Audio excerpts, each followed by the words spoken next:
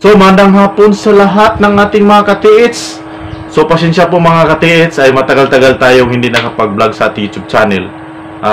Alam nyo naman na talagang sobrang busy po talaga ako. Marami schedule, marami puntahan, at kumagawa ako, mayroon pa tayong deliver. So, ngayon, ay nakabakante tayo, nakatapos tayo maaga ng pag-deliver. So, shoutout muna natin mga ka-TH dyan, nanood na YouTube channel. So, pasensya po talaga sa matagal tayong hindi nakapag-vlog sa ating video ha. So, shoutout natin customer dyan, Nueva Ecija, Nueva Vizcaya, Camarines Sur, Camarines Norte, Maynila, sa ating mga ka-TH, shoutout. So, marami po tayong customer dyan from Baguio City. So, shoutout sa ating mga ka-TH dyan. Southern Leyte, Bohol, Palawan, Capiz, Siquijor, Camotes Island, Masbate, mga ka-TH dyan. So, sa Bohol, marami po tayong na-deliveran ng customer from Bohol. So, kanina, kahapon, nung nakarang araw. So, shout out sa ating mga ka-TH dyan, nanood na ating YouTube channel. So, what's up sa lahat? So, shout out ko lang maya sa ating mga ka-TH na gusto rin magpa-shout out. So, from Mindanao, Cagayan, Butuan, Agusan del Sur, Surigao del Sur, Mati, Tagum, Davao, Sarangani, Jinsan, Cotabato. So marami tayo dyan sa Cotabato City. What's up lang sir, lalo na sa nanood nating YouTube channel. Tawi-Tawi, huwag natin kalimutan ang Tawi-Tawi nating customer. So shout out sa lahat na nanood nating YouTube channel. So shout out ang nagpa-shout out sa atin si Sir Yero. Adi lang natin kumpletuhin yung pangalan niya, si Sir Yero from Cotabato City. So shout out sa Sir Arman from Bohol.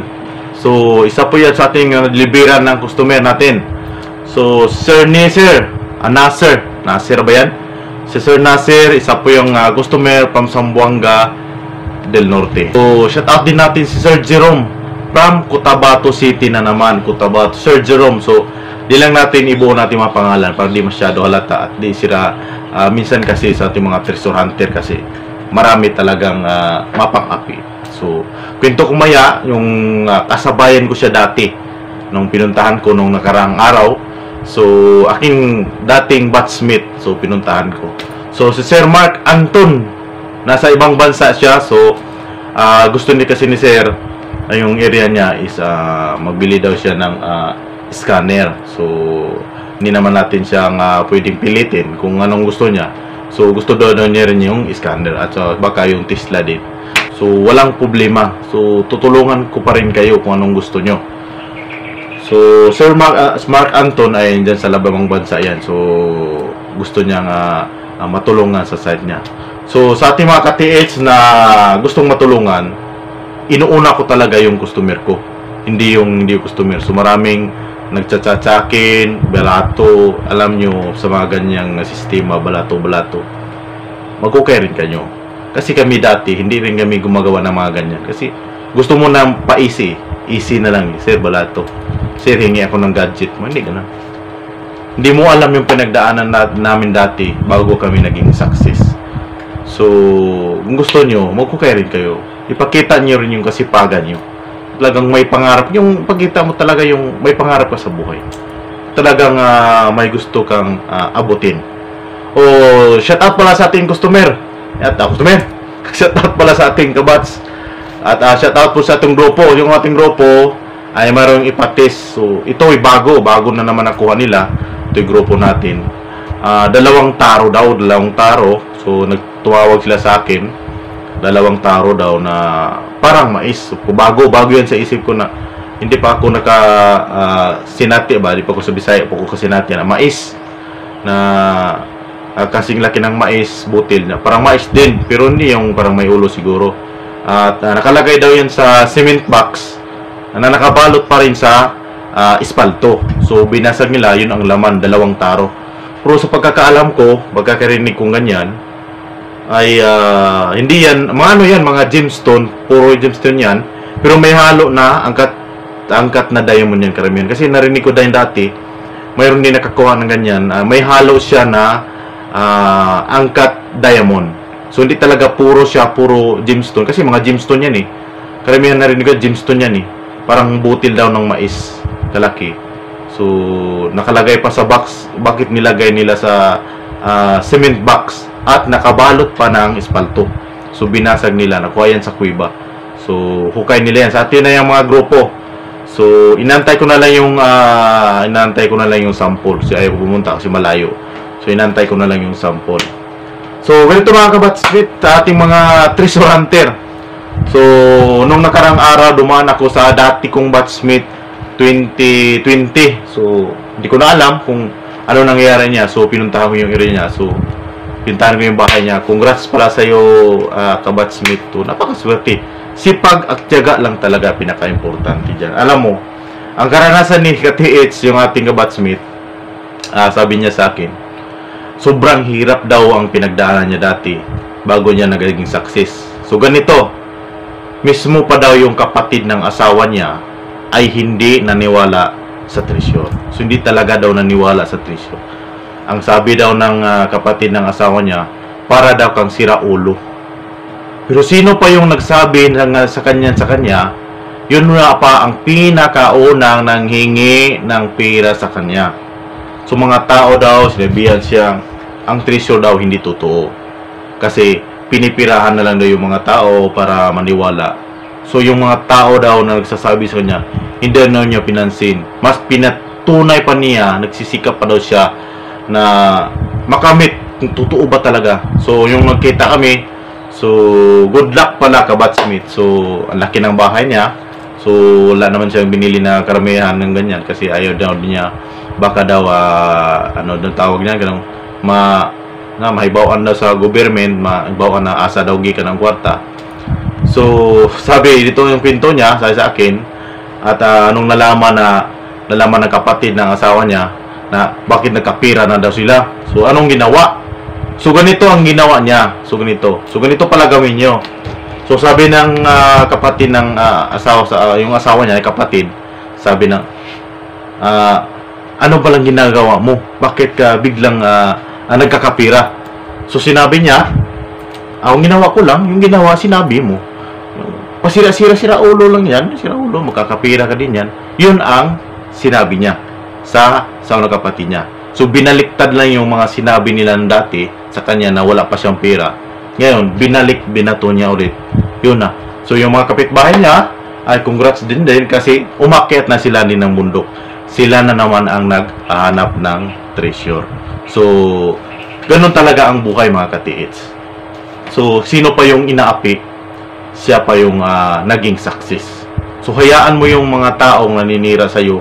Hayaan mo yung mga taong napabagsak. Kasi yung mga tao na yan din ang yung taong naghihila yung pababa. Kaya naging, kayo, yung, sa Bisaya ba? Duwa-duha ba? Duwa-duha. So, naging duwa-duha ka tungod sa mga tao na kapalibot sa imo. So, kung gusto ka magbago sa imong kinabuhi, paning kamot, ibutang na perminti si muno na. Palang araw, mababago ko rin yung buhay ko. Ganun lang. Napakasimple lang katiits. So, congrats pala sa aking kabatchmate. So, di ko lang sasabihin sa lugar o napuntahan ko. So, dinaanan ko siya. So, congrats pala kabatchmate. So, mga katiits, sa ating mga katiits, so, nanood ng ating YouTube channel. So, pasensya po talaga na matagal po akong hindi nakapag-video. So, sobrang busy po talaga. Maraming talagang napapagawa. Deliver tayong tisla. Tapos may pinupuntahan na akong area. May pinuntahan pa rin akong area. At may tumatawag sa akin. So, minsan di ko na sinagot. Mayroong isang site pa nagpapatulong sa akin na hindi ko talaga mapuntahan. So, nagkaka-arthritis din ako. So, kasi sobrang bigat na.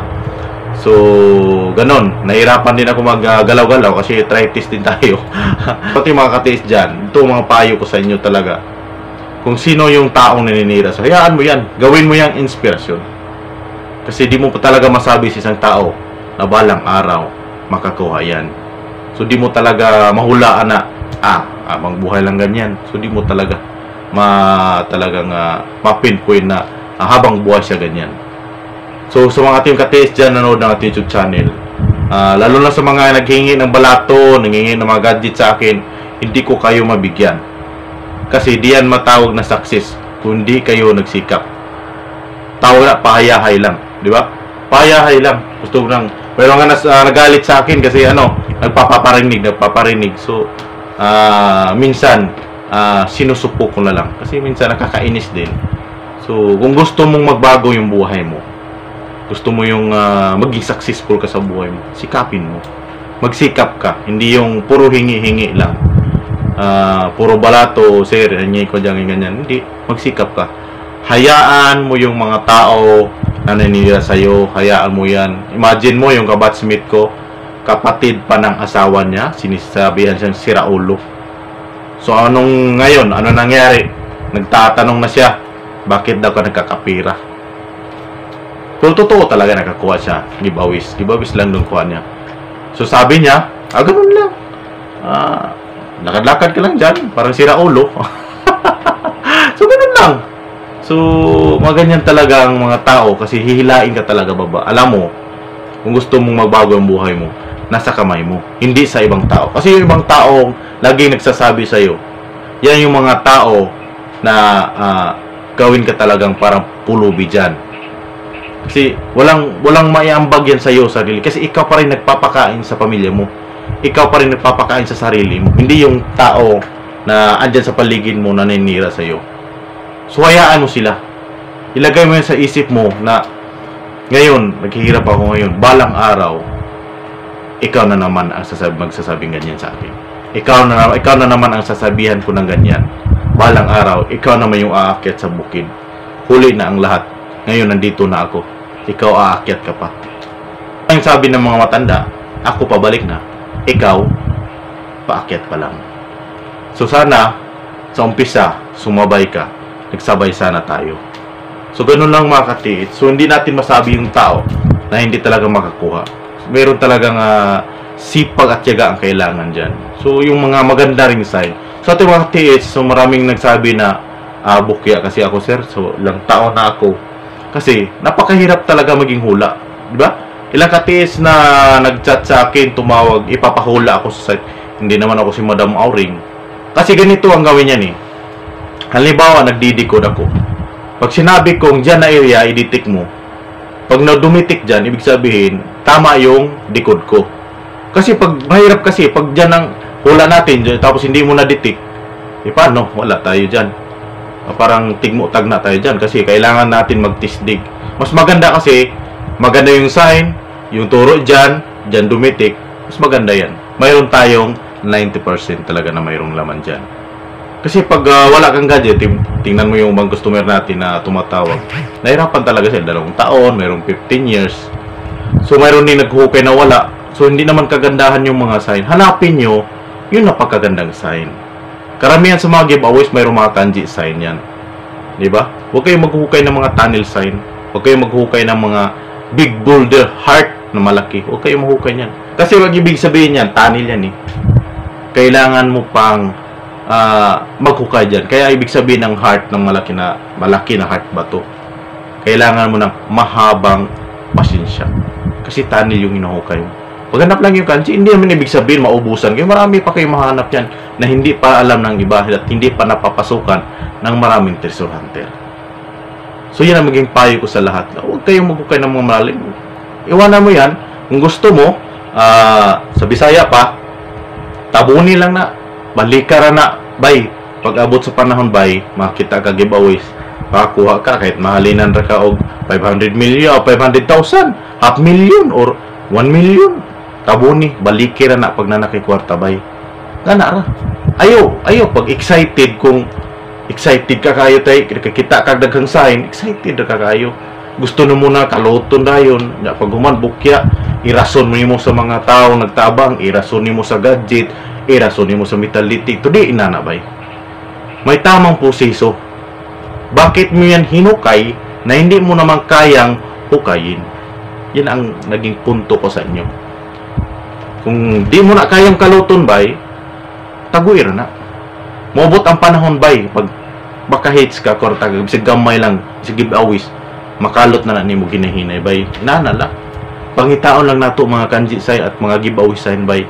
Marami dyan. Marami naman tayong apply. Halimbawa, ikaw customer ko, mag-send ka ng magandang sign. So, hanap ka ng magandang sign dyan, bay. Baka makahanap tayo ng giveaways.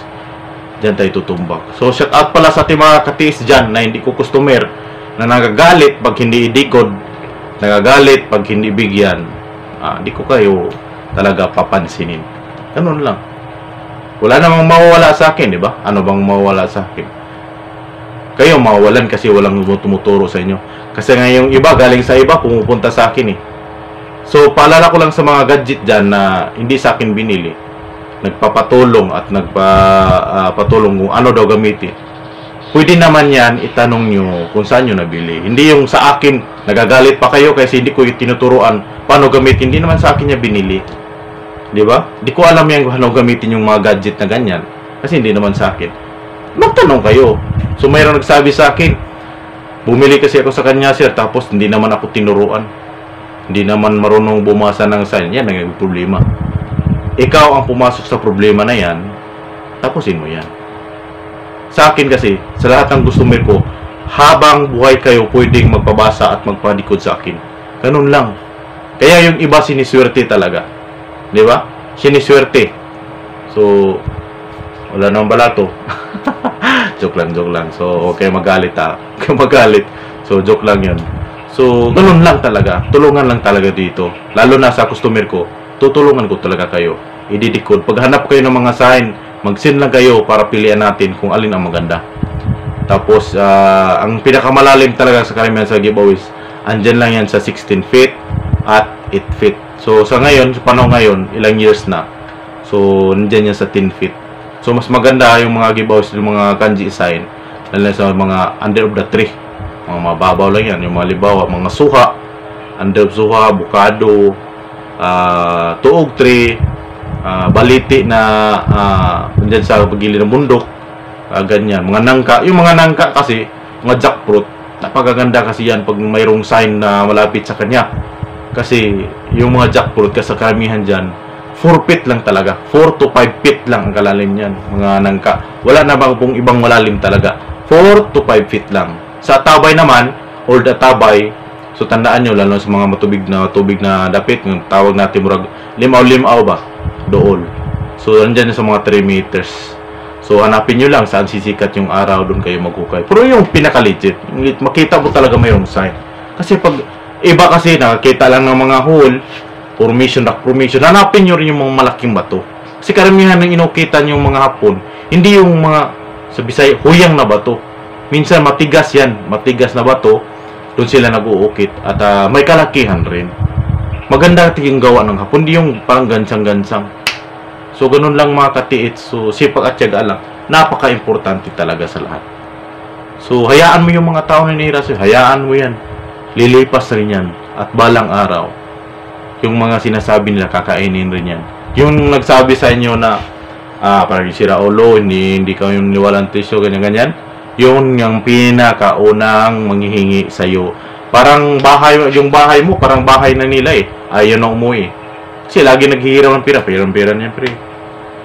Pre, pumili ng ano na, pre. Kahit di kayo pare na eh. Kahit hindi kayo agaw na eh. Yan ang ayaw ko. Kaya ayaw kong ipakita yung mga taga-achievement. Kasi yan talaga yung iniiwasan ko. Yan talaga ang iniiwasan ko sa lahat. Kahit di pare, pre, kahit di amigo, di ba? Kaya iniiwasan ko talaga yan. Nandiyan na yan sa utak ko. Ayaw kong magmayabang talaga kasi alam mo namin mga tao. So yun lang, Matis, maraming salamat at God bless po sa lahat nating nanood. God bless po sa lahat. Salamat po sa panonood ng YouTube channel.